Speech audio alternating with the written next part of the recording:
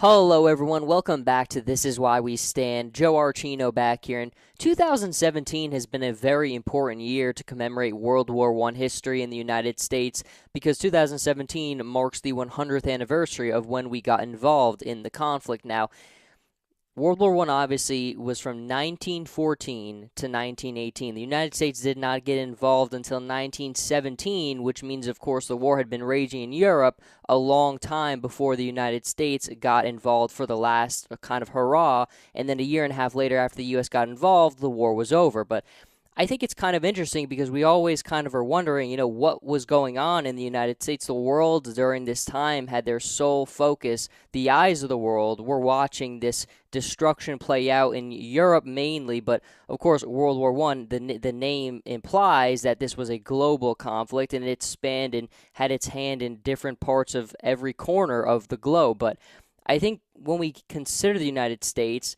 sometimes we kind of look at the implications of how we got involved. And I think, of course, the two biggest things that jump right out to everyone is unrestricted submarine warfare. And, of course, that was when the German submarines wreaked havoc on the seas, and they were just targeting any ship that they thought really was going to be helping out the Allies, delivering supplies. And the second being the Zimmermann telegram. And the Zimmermann telegram, basically what it was a message was sent from Germany to Mexico, basically saying, look, if the United States gets involved in this and wants to fight against us, we will pay you, we will fund you to fight the United States, and then in the end, we will give you back land that you lost in the Mexican-American War. And I think, obviously, the Mexican-American War to this day is still kind of a great point of controversy when you're kind of considering relations with the United States and with Mexico. I mean, I think sometimes it gets lost that the United States took half of Mexico's territory through that conflict. Now, I think when you consider that, it really is tremendous, but we will get into the Zimmermann telegram and a little bit of everything else a little bit later. But I do think those are the two main points that a lot of people look to and think, okay, this is why we finally had to get involved. And then in April of 1917, the United States finally formally declared war on Germany. And then before you know it, we were over there in France. And then in 1918, the war was over. But the war very well could have gone very differently for the United States well before that. On June 21st, 1916, the United States was engaged in what was called the Pancho Villa expedition, and the Pancho Villa expedition was going after a bandit revolutionary named, of course, Pancho Villa, who had killed numerous American citizens. The United States President Woodrow Wilson sent a expeditionary force into Mexico to find him, and this dragged on for about 11 months, and the Mexican government was not happy about this because the United States expeditionary force kept on going in further and further into Mexican territory. And then on June 21st, after some back and forth dialogue, some troubles communicating from a diplomatic standpoint, troops fired upon each other, and that very well was very close to starting a war between Mexico and the United States. Most historians say that the only reason war was averted after that point was because of the situation in Europe. And one of the things that I think, of course, you have to consider during this time is two of the biggest battles of the First World War on the Western Front of Europe took place in 1916. So the world is in a very great commotion at this time, and perhaps the only reason that the U.S. and Mexico averted war at this point was because of what was happening in Europe. And you also have to kind of look at President Woodrow Wilson for the United States. He always kind of knew in the back of his mind, even though he kind of won re-election on the promise that he was going to keep America out of the war. When you listen to a lot of documentaries and you read about President Woodrow Wilson, he was a smart man, of course. I mean, you have to be if you're president of the United States. And he understood that it was only going to be so long before the United States were going to have to be entering the war. It was just a matter of time, and this was one of the sticking points where it very well could have been interesting. There's a great documentary that PBS made called The Hunt for Pancho Villa, and in it, one of the historians says that basically Woodrow Wilson was ready to give a speech to Congress declaring war on Mexico after this event on June 21st, but that didn't happen, and he said kind of cooler heads prevailed, and largely it was just that the gigantic attention being drawn to Europe and World War I, what was going on, that probably saved the United States from fighting Mexico in a war really on its own border. And then who knows how the world could have changed very differently, because if the United States did not get involved in World War I on the Allies' behalf, things very well could have been very different, because that forced the Germans to really throw everything that they had. They tried to throw as many troops as they could at the Allies after they knew the U.S. was coming in, because they kind of understood once the U.S. was in, they were just going to be able to keep on bringing up new supplies, new troops. And although the Germans and the Allies troops were so tired at this point from fighting for so long, since 1914, they just could not put enough troops in the field once the United States was in to continually match them. But I digress a little bit. Let's start and get into things where we go into the Pancho Villa expedition, of course. Now, I think we're going to create a timeline like we normally do, and we're going to start in January of 1916. Pancho Villa executes 16 U.S. citizens in northern Mexico to protest Woodrow Wilson's support for President Carranza. President Carranza was in charge of Mexico at the time. Of course, this is the period which is referred to as the Mexican Revolution. Lots of bloodshed, lots of fighting, lots of fighting for power in Mexico. But President Carranza was recognized by Woodrow Wilson. He was recognized by the United States. This did not sit well with Pancho Villa, and he enacted revenge against U.S. citizens because of that. So 16 are killed in January of 1916. Then you go to March 9th, where Villa ordered a raid on Columbus, New Mexico. 17 Americans were killed, and the center of town was burned.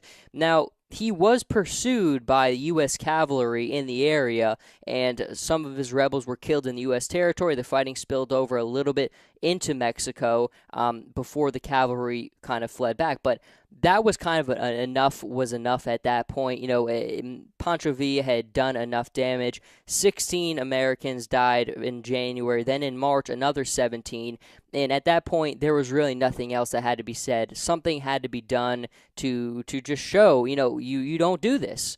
This is unacceptable, and that's exactly what President Woodrow Wilson did. On March 15th, he ordered U.S. Brigadier General John J. Pershing to launch an expedition into Mexico, and the objective was clear: capture or kill Pancho Villa and disperse his rebels. Now, this operation, like I kind of referred to a little bit at the beginning, it lasted for 11 months. It involved 10,000 U.S. troops, and it was the first time an U.S. military operation employed mechanized vehicles, automobiles, and airplanes. And I think one of the reasons why the Pancho Villa expedition was so important when it happened was, and especially for Pershing, because I kind of referred, of course, who led the expedition. It was Brigadier General John J. Pershing. He would also lead the American Expeditionary Force in Europe in World War I. So this was very important for him and for the United States military, because it kind of allowed them to test out this new technology. And World War I really was, it was the first time airplanes were used in war. It was the first time tanks were used in war.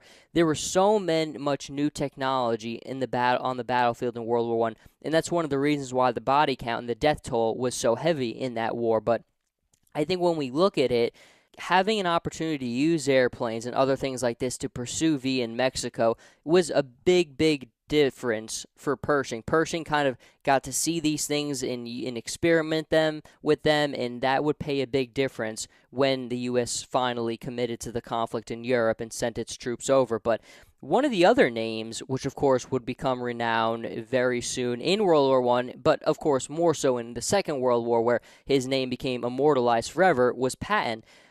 George Patton was also part of this operation. He was General Pershing's personal aide. He was only a lieutenant at this time, but even during this time, he was still showing early traits of being the man that we know him to be now. And when you look at Patton, a lot of times the U.S. cavalry right now was still on horseback, but Patton was one of the first guys who kind of got the idea to use vehicles to pursue Villa's forces. And I think you kind of see Patton in World War I became a big guy with tanks. He was one of the first U.S. people responsible for implementing the tank on the battlefield. And of course, his World War II accolades are legendary, but I think you kind of see Patton's mind getting real life experience here in the Pancho Villa expedition. And then, of course, in World War I, he would put that to use, and then World War II, we know how much he put this to use. But you always want to kind of look at where did these legendary figures kind of get that first taste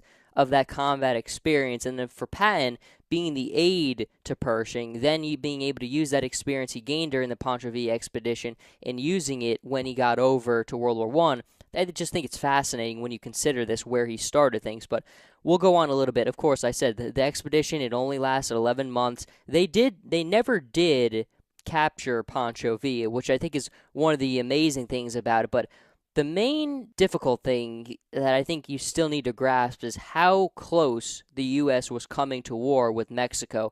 Now, the U.S. intrusion into Mexico, it really strained diplomatic relations. Now, the U.S. and Mexico have never had the greatest diplomatic relations. I think today it's probably the best that it's been in, but even then it's not really saying too much. But since the Mexican War, I think you kind of look at that as kind of being something that's hard to get over. I mean, that war was really took so much of Mexican territory. It took half of their land at that point and reduced it, really. Mexico's still a big land, but I mean, when you consider how much land the United States won through that war, it's really remarkable. So that has always been a little bit of a sticking point. It's something that I think, understandably so, has been hard to get over. And I think certainly when U.S. troops kind of came over the border, the reasoning was sound, and I think that's part of the reason why at the beginning things worked out the way that they did, because the U.S. was attacked, civilians were killed, and the U.S. was so powerful that Mexico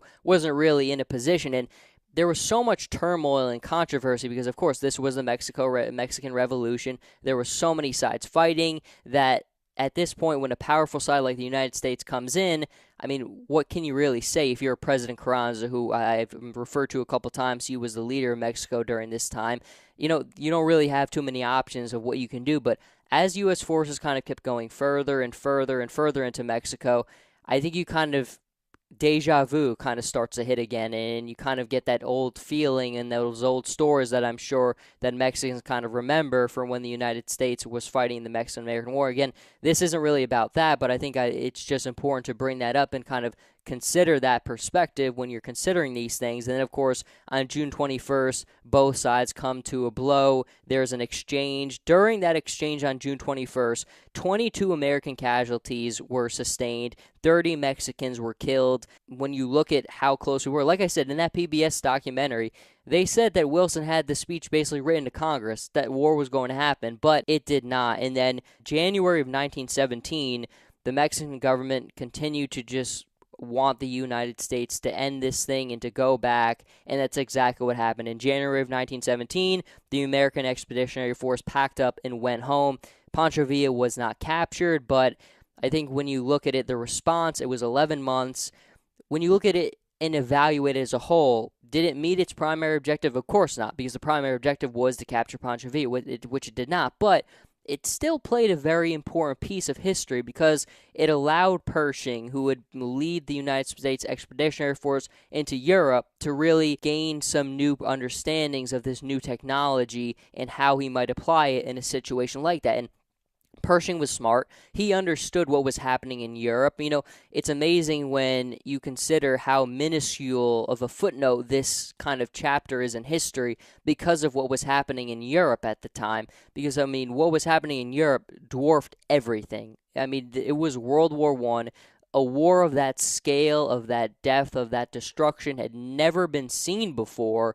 And for people, that's all they could think about was the U.S. of getting involved in World War I. And one of the things you do have to consider is, you know, the United States, of course, the diversity of the U.S. is something that has always been special about the United States. And at that time, you had lots of German Americans who didn't want the U.S. getting involved. And so there was a lot of difficulties in the United States. A lot of people did not want the U.S. to get involved, and of course that's why, and one of the many reasons why Woodrow Wilson won re-election.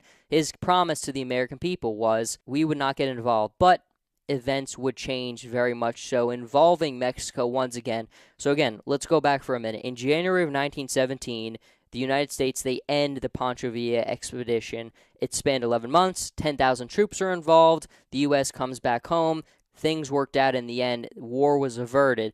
But then the Germans kind of were looking at things, and they kind of saw this clash happen between the U.S. and between Mexico on June 21st. Germany kind of looked at this, and they looked and they kind of thought, oh, the U.S. kind of ruffled the feathers of Mexico a little bit here. There's got to be a little bit of anger, a little bit of frustration here. And of course, everyone understood history and knows that Mexico lost a lot of land many, many, many years ago in the Mexican-American War, which kind of led to this Zimmermann telegram, which kind of, again, I'll repeat it to you, it proposed a military alliance between Germany and Mexico in the event that the U.S. entered World War I against Germany. Now, President Carranza, who was the leader of Mexico at the time, he rejected the proposal because, and I think he was smart, and some of the things that I digged up here was Mexico was selling oil to England at this time. 75% of the fuel used by the British Empire's Navy came from Mexico. So